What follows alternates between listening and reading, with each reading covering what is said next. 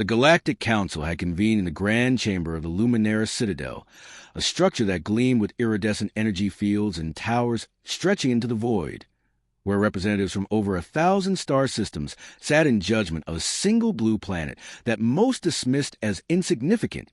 Earth, whose primitive inhabitants were still confined to a single solar system and whose technology barely rivaled interstellar probes. Yet here they were, huddled on the holoplatform as the Council debated what to do with humanity, some calling for observation, others for isolation, but the loudest voices demanded eradication, mocking the humans' resilience and creativity as anecdotal luck rather than strategic brilliance, convinced that these bipedal mammals had no hope against the advanced fleets and weapons of the combined civilizations,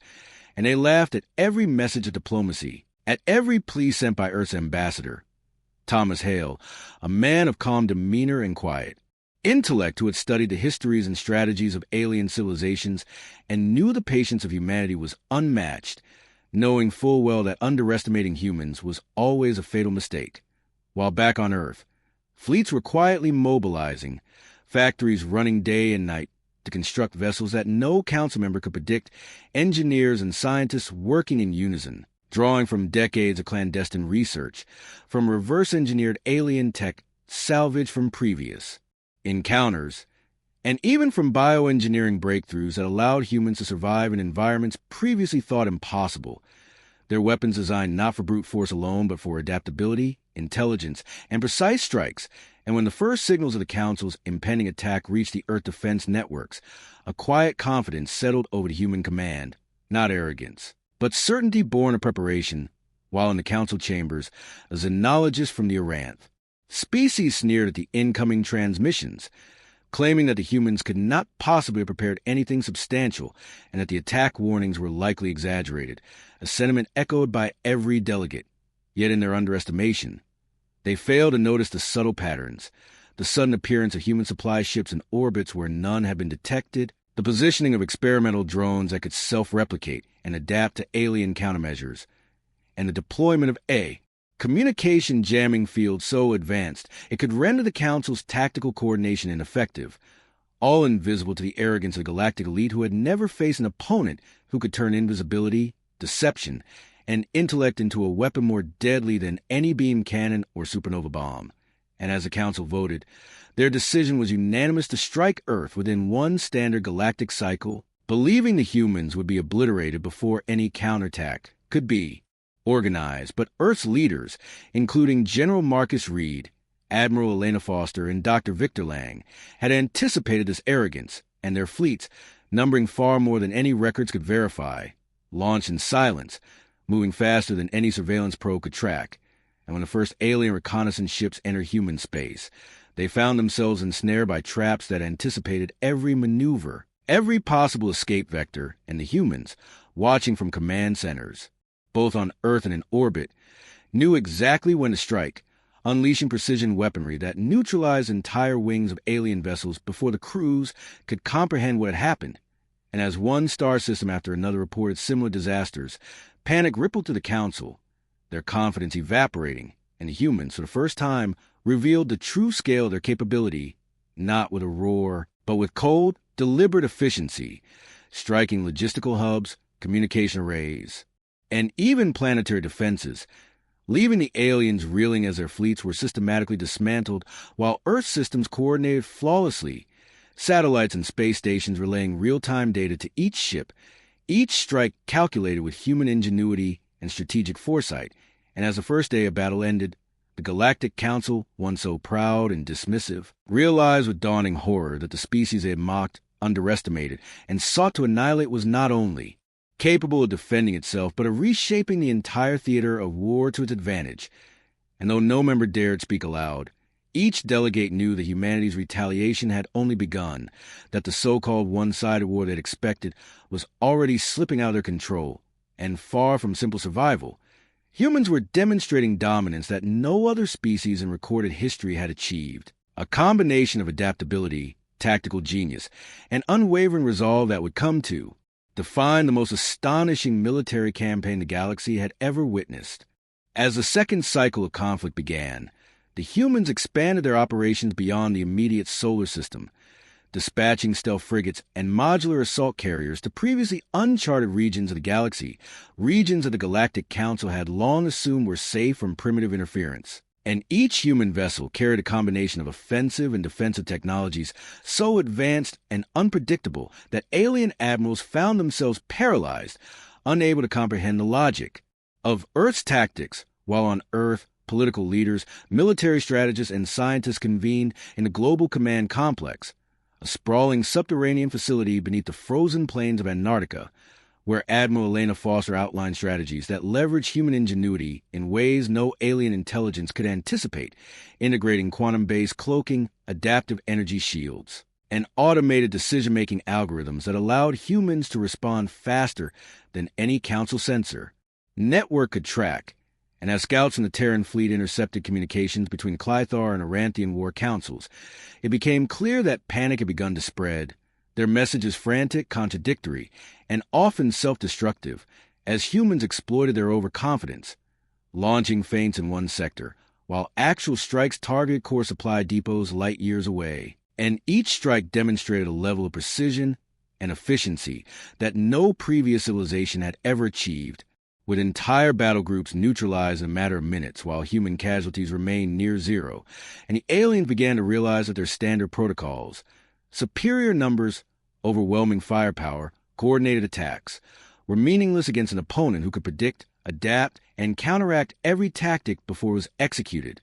while on the human side, soldiers, engineers, and pilots worked tirelessly, motivated by a combination of survival, pride, and a shared understanding that the galaxy had underestimated the resilience and creativity of humankind, and as fleets converged around contested star systems, humans deployed specialized boarding craft that could bypass shields, infiltrate command vessels, and turn enemy technology against its owners, leaving alien commanders bewildered as their most advanced ships were commandeered in hours, often with minimal human presence. And in diplomatic channels, Earth's ambassadors maintained a calm facade, allowing the Council to assume humanity was still negotiating, while behind the scenes, vast logistical networks orchestrated strikes, reinforced positions, and redistributed supplies across multiple star systems, creating a web of operations so complex that even highly intelligent alien species could not fully map it. And as the Council watched worlds fall, reports flooded in of human ingenuity on planets once considered lost, where humans had constructed orbital defenses from scavenged materials, reprogrammed alien droids, and mobilized civilian populations to serve as auxiliary engineers, tacticians, and intelligence operatives, effectively turning every inhabited world into a fortress and every citizen into a contributor to the war effort. And through it all, human leaders maintained discipline, focusing on long-term strategic advantage rather than short-term glory, exploiting alien arrogance and overconfidence with a cold, calculated patience that only a species used to surviving against overwhelming odds could possess. And as the Galactic Council convened emergency sessions to reassess their strategy, they discovered that humanity's tactics had not only neutralized their fleets, but had begun to dominate economic, informational, and logistical networks across multiple sectors,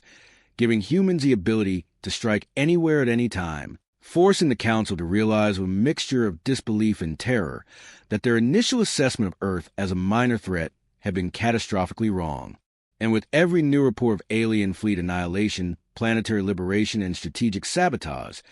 it became increasingly apparent that the species they had intended to destroy was already dictating the terms of war, rewriting the rules, and forcing the galaxy to acknowledge that humans were not merely survivors but masters of conflict on a scale no one had imagined. And by the end of the second cycle, whispers spread even among the most senior Council members that humanity's rise was unstoppable, that the war they had thought would be a swift campaign had instead transformed into an unrelenting demonstration of human brilliance, resilience, and lethal efficiency, and the terrifying reality began to settle in that the humans had not only survived the first strikes, but had ensured that the so-called one-sided war was no longer one-sided in the Council's favor, and the true scale of Earth's capabilities was only beginning to reveal itself, promising that the galaxy would never again mistake the potential of humanity. By the third cycle, the humans had begun to take the fight directly into the heart of Council-controlled space, using a combination of stealth, speed, and adaptive tactics that alien strategists could not anticipate, dispatching strike groups to the core systems of Clythar and Aranthian territories, where they sabotaged command stations, disabled energy relays, and captured advanced technologies to further enhance their own fleets, while on Earth, scientists like Dr. Victor Lang coordinated simultaneous experiments in artificial intelligence and quantum communication, ensuring that each human unit could operate autonomously while maintaining synchronization with global and interstellar strategy. And the aliens, who had once laughed at the primitive humans, were now forced to watch as their most secure systems were infiltrated with surgical precision, entire planetary defenses disabled before countermeasures could be deployed, and fleet commanders forced to retreat in confusion as their own weapons were turned against them. And the humans, far from reckless, carefully analyzed alien responses, learning patterns of movement, command hierarchies, and tactical biases, then exploited them with ruthless efficiency, all while civilian populations on liberated worlds were trained in support roles, from intelligence gathering to tactical logistics, effectively multiplying human power by an order of magnitude without requiring additional ships or soldiers. And as alien communications faltered and report to catastrophic losses mounted, the Council convened an emergency session, only to find that every attempt to consolidate command or re-establish control was thwarted by humans who anticipated every move, having predicted these reactions long before they occurred. And Admiral Elena Foster directed multi-pronged assaults with precision of a master chess player, orchestrating simultaneous strikes across multiple systems, luring alien forces into traps, collapsing entire defense networks, and neutralizing advanced alien warships without risking human lives, while General Marcus Reed coordinated planetary defenses and counter-invasions that left entire Council fleets stranded or immobilized. As battles raged, human ingenuity shone in unexpected ways. Colonists rigged dormant planetary defense systems. Engineers retrofitted civilian spacecraft into highly maneuverable combat vessels, and scientists devised new energy weapons capable of disabling entire sectors of alien infrastructure. And despite the Council's attempts to adapt, human unpredictability and creativity consistently outmaneuvered them, forcing alien commanders to question not only their strategies but the fundamental assumptions they had made about humanity. And in the diplomatic arena, human ambassadors continued to engage the Council with a calm, deliberate approach, masking the full extent of human power, while subtly sowing discord and indecision among the alien delegates, making them doubt their own assessments and strategies. And with each liberated world, humans secured valuable resources, gained new recruits, and demonstrated a mastery of logistics and command that far surpassed anything the Council had seen in its millennia of rule. And as the third cycle drew to a close, the Council began to openly acknowledge the horrifying reality that humanity was not only surviving but thriving, expanding their influence and control in ways the Council had considered impossible, and whispers of fear spread even among those species who had previously claimed dominance, as they realized that every tactical advantage they had once relied upon was being systematically neutralized, every overconfidence exploited, and every misjudgment punished. And the humans, operating with cohesion, discipline, and ingenuity, had transformed what the Council assumed would be a minor confrontation into a campaign that threatened to topple centuries of galactic hierarchy. And even as Council delegates debated desperate measures, Earth's fleets continued to strike with unerring precision, leaving alien civilizations scrambling to respond to a foe they had never truly understood, a species whose resilience, intelligence, and creativity had proven to be the most lethal weapon in the galaxy. And as reported human victories poured in from every front, the true scope of the conflict became clear. Humanity was not simply fighting for survival. They were reshaping the power structure of the galaxy, teaching every species that the ones they had dismissed as weak, unremarkable, and primitive were in fact the most dangerous and capable adversaries they had ever encountered. And the Council's mockery had inadvertently triggered the most one-sided war in history, only now it was one side against them. And with every passing day, humans demonstrated a level of tactical brilliance, adaptive strategy, and unyielding resolve that made it impossible for any Council member to deny the stark reality. Humanity would not only endure, they would dominate. As the fourth cycle unfolded, the Galactic Council's internal unity began to fracture under the relentless pressure of human advances, with once proud empires now blaming one another for failures, withheld fleets, and miscalculated strategies, while humanity exploited this division with calculated precision, launching psychological, informational, and economic warfare alongside direct military action. And in the depths of Council space, human operatives disrupted trade routes, intercepted strategic resources, and manipulated communication networks to spread uncertainty and mistrust, making entire sectors question the authority of the very institutions that had ruled them for millennia. And on Earth, President Alan Brooks addressed a closed assembly of global leaders and senior commanders, emphasizing restraint, coordination, and long-term stability rather than reckless destruction, making it clear that humanity's goal was not blind vengeance but absolute security and deterrence. A lesson the galaxy would never forget. And under his directive, Admiral Elena Foster authorized the deployment of the Vanguard fleets, massive formations of human warships, equipped with next-generation propulsion and energy systems that allowed them to appear deep inside enemy territory without warning, bypassing conventional hyperspace routes and rendering alien early warning systems obsolete. And when these fleets emerged near key Council shipyards, the response was immediate and devastating. With human strike wings disabling power grids, capturing command centers, and neutralizing defense platforms before coordinated resistance could form, and alien commanders, who had once mocked human limitations, now watched in disbelief as their most fortified bastions fell in hours rather than weeks, while General Marcus Reed oversaw the liberation of multiple subjugated worlds, offering protection and alliance rather than occupation, earning the loyalty of species that had long suffered under Council dominance and now saw in humanity a force that combined strength with fairness. And as these new allies provided intelligence, resources, and strategic positions, human operational reach expanded even further, creating a network of cooperative systems that allowed rapid response and overwhelming force wherever resistance emerged. And in the laboratories of Earth and forward research stations, scientists refined captured alien technologies, integrating them with human designs to create hybrid systems that exceeded anything the Council had fielded, from adaptive armor that evolved under fire to command algorithms that could simulate and counter thousands of tactical scenarios in real time. And as the war intensified, alien attempts at massive counteroffensives collapsed under human anticipation and preparation, with entire armadas drawn into kill zones, their movements predicted days in advance, and their formations dismantled with methodical efficiency. And in the Council chamber, the tone shifted from arrogance to desperation as delegates argued over ceasefires, negotiations, and last resort superweapons, only to find that every proposal was already obsolete by the time it was voiced, because human forces had once again moved faster, struck deeper, and adapted sooner. And through it all, Earth maintained disciplined communication, offering surrender terms that emphasized coexistence and mutual security, terms that many Council members now viewed as their only hope for survival. Yet pride and fear delayed their acceptance, costing them more fleets, more worlds, and more influence with every passing cycle. And as the fourth cycle closed, the galaxy stood at a turning point, with ancient powers weakened, emerging alliances forming around humanity, and a growing realization spreading among all species that the balance of power had irrevocably shifted, that the humans who had once been mocked in council halls were now the architects of a new galactic order,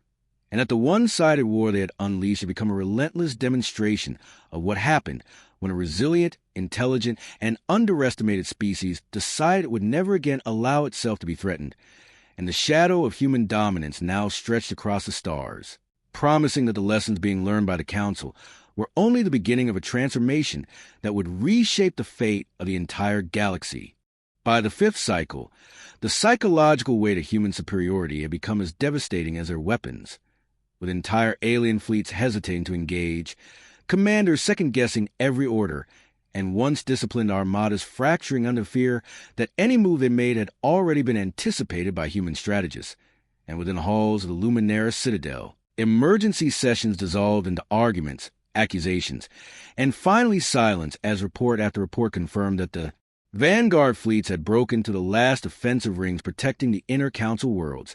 not through brute force alone, but through layered deception, electronic warfare, and precision strikes that dismantled command hierarchies before resistance could organize. While on the human side, Admiral Elena Foster and General Marcus Reed coordinated operations with a calm that bordered on clinical, viewing the battlefield as a living system of probabilities, logistics, morale, and timing. exploiting weaknesses not only in enemy hardware, but in their doctrines, traditions, and political structures. And as human task forces moved from system to system, they did not simply destroy. They isolated, contained, and neutralized, capturing shipyards intact, securing research facilities,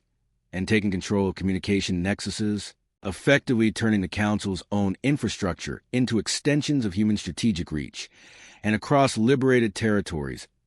alien populations witnessed something no previous conqueror had offered: stability, order, and protection without extermination or enslavement. And this contrast shattered the narrative the Council had spread about humanity as a savage and reckless species, replacing it with the image of a disciplined, methodical, and overwhelmingly capable power that fought with purpose rather than cruelty. And in the background, Earth's industrial and scientific capacity continued to expand at an unprecedented rate, with automated factories, asteroid-based foundries, and deep space construction yards producing fleets faster than the Council could replace its losses. Each new generation of human vessels incorporating battlefield data in real time, evolving faster than any static alien design philosophy could keep up with.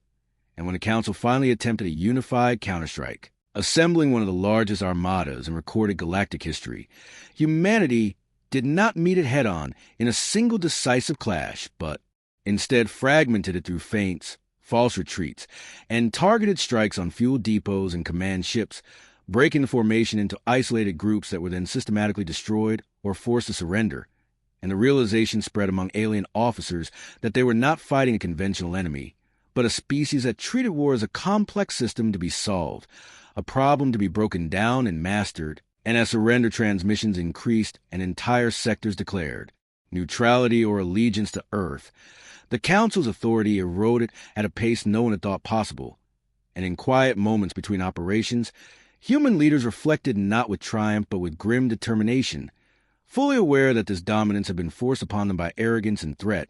and that their responsibility now extended beyond victory to the shaping of a stable future. And as the fifth cycle ended, the galaxy stood in a state of stunned transition. Ancient powers humbled, new alliances forming under human leadership, and the once mock species of Earth now recognized,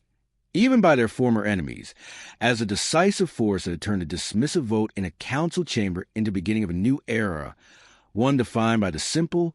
inescapable truth that humanity, when pushed, did not merely resist. They learned, adapted, and rose to a level of strategic and military mastery that no civilization in the galaxy had ever achieved before. As the sixth cycle began, the last illusion of parity vanished from the minds of the Galactic Council, replaced by a growing awareness that they were no longer directing events, but reacting to a tempo entirely set by humanity, whose fleets now operated with such coordination and reached that multiple campaigns unfolded simultaneously across distant sectors, each one planned with interlocking objectives that denied the Council any chance to concentrate force or recover strategic initiative. And in the deep command vaults beneath Earth, Admiral Elena Foster, General Marcus Reed, and a council of civilian leaders reviewed projections that showed human control expanding not through conquest alone, but through stabilization,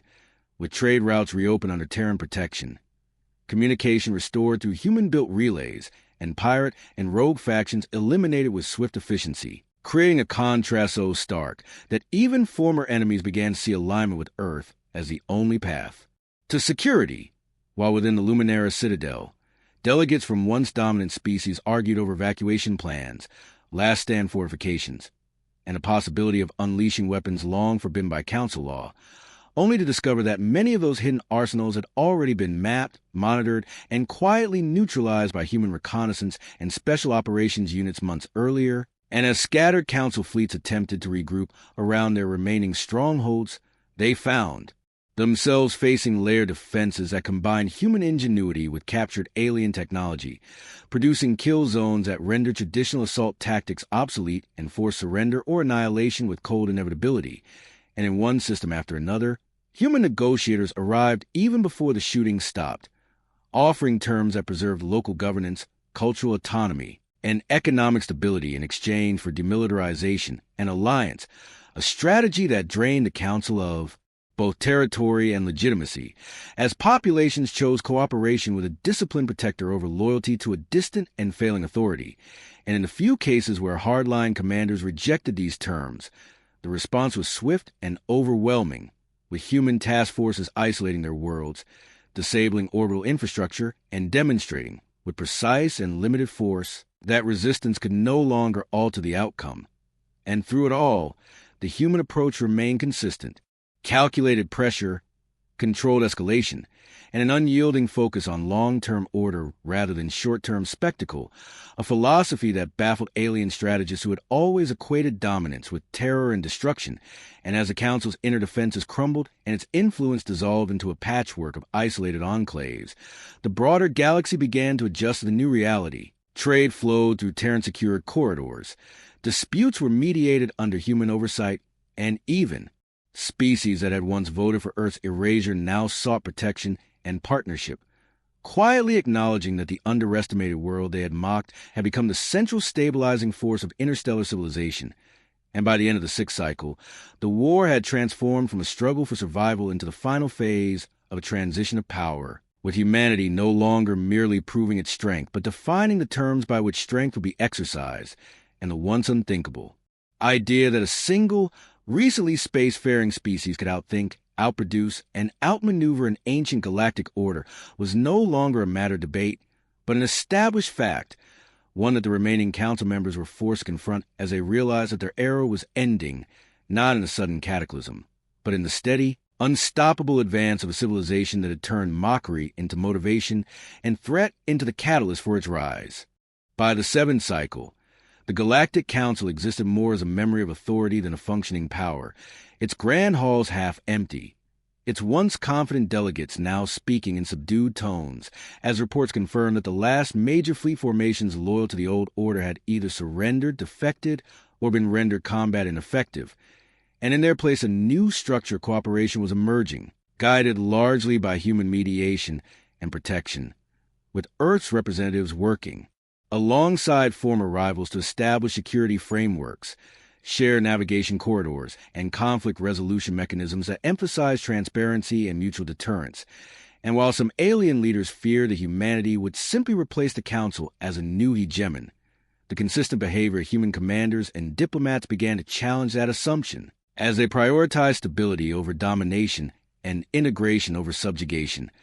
offering technological assistance, rebuilding infrastructure, and restoring disrupted economies rather than imposing tribute or forced cultural assimilation. And in strategic centers across former Council space, Terran officers coordinated joint patrols, trained allied defense forces, and dismantled remnants of extremist factions that still clung to hope of reversing the outcome through terror or sabotage, only to be met with rapid, precise, and proportionate responses that left no doubt about the futility of continued resistance. And in private sessions, Admiral Elena Foster and General Marcus Reed reviewed the long arc of the conflict, recognizing that what had begun as a defensive mobilization had evolved into a responsibility to manage the aftermath, to ensure that the collapse of an ancient political order did not plunge the galaxy into chaos. And this sense of duty shaped every major decision, from the careful decommissioning of captured superweapons to the establishment of shared early warning systems designed to prevent any future coalition from making the same mistake the Council had made in underestimating a single, determined world. And as former Council species began to take part in these new institutions, contributing knowledge, resources, and perspectives, a slow but profound shift occurred, replacing fear with cautious respect and eventually with trust. And the narrative that spread through countless systems was no longer one of human aggression, but of human reliability, a species that had demonstrated overwhelming power, yet chosen to wield it with restraint and foresight. And even among those who had once mocked Earth, there was a growing recognition that their survival and stability now rested on cooperation rather than confrontation, and that the humans, through a combination of strategic brilliance, industrial might, and an ingrained tendency to organize under pressure, had become the central pillar of a restructured interstellar order. And as the seventh cycle drew to a close, preparations were underway for a final convocation, one that would formally dissolve the old Council and establish a new framework for governance, with Earth not as a conqueror demanding submission, but as a guarantor of balance whose influence derived not only from military supremacy, but from the credibility earned through decisive action followed by disciplined restraint, and the galaxy, still reeling from the speed and scale of the transformation, began to accept that the one-sided war triggered by arrogance and mockery had ended not with the annihilation of its losers, but with the emergence of a new reality in which humanity's rise was irreversible and its role as a leading force among the stars was no longer a question but a fact. When the final convocation assembled within the restored halls of the Luminara Citadel, it was no longer the chamber of judgment that had once laughed at Earth, but a place of reckoning and transition, where representatives from surviving council species, newly allied worlds, and human delegates gathered under a silence heavy with memory, and at the center stood the Terran delegation, not in triumphal display, but with quiet authority earned through sacrifice, preparation, and unyielding resolve. And as proceedings began, records of the war were presented, cycle by cycle, showing how a single underestimated civilization had absorbed the first threat, adapted faster than any opponent, dismantled fleets, neutralized superweapons, stabilized collapsing regions, and then restrained itself from vengeance when absolute power lay within reach. And in that account, the truth became undeniable that the old galactic order had not fallen because it lacked strength, but because it lacked humility, flexibility, and the capacity to recognize potential in those it deemed inferior. And when Earth's representative spoke, his words were simple and direct, stating that humanity had never sought to rule the galaxy,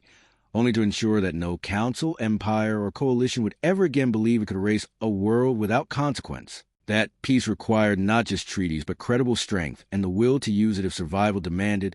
And across the chamber, alien leaders who had once voted for Earth's destruction listened without interruption, aware that their civilization still existed only because humans had chosen measured justice over annihilation. And as the final resolutions were passed dissolving the old council and establishing a new interstellar assembly with shared defense, transparent governance, and mutual deterrence, the historical weight of the moment settled across the galaxy, marking the end of an era defined by complacent dominance and the beginning of one shaped by earned respect. And in shipyards, academies, and command centers across human space, the lessons of the war were already being codified, not as stories of glory, but as doctrine. Never underestimate, never grow complacent, never assume another species lacks hidden depth, and as fleets return to patrol routes now dedicated to security rather than conquest, the broader galaxy slowly adjusted to the presence of a civilization that had proven itself not only capable of overwhelming force, but of disciplined control, and in countless systems of phrase that spread through military academies and political forums alike capture the enduring legacy of the conflict, that the day the Galactic Council mocked Earth was the day it unknowingly signed the end of its own supremacy, because it had awakened a species whose greatest weapon was not any single ship or technology, but the combination of adaptability, unity, and resolve that ensured humanity would never again be spoken of as weak, insignificant, or disposable. And so the most one-sided war in history did not end with the silence of extinction, but with the permanence of a lesson written across the stars, that when humanity is threatened, it does not simply survive, it rises, and once it does, the balance of the galaxy is changed forever.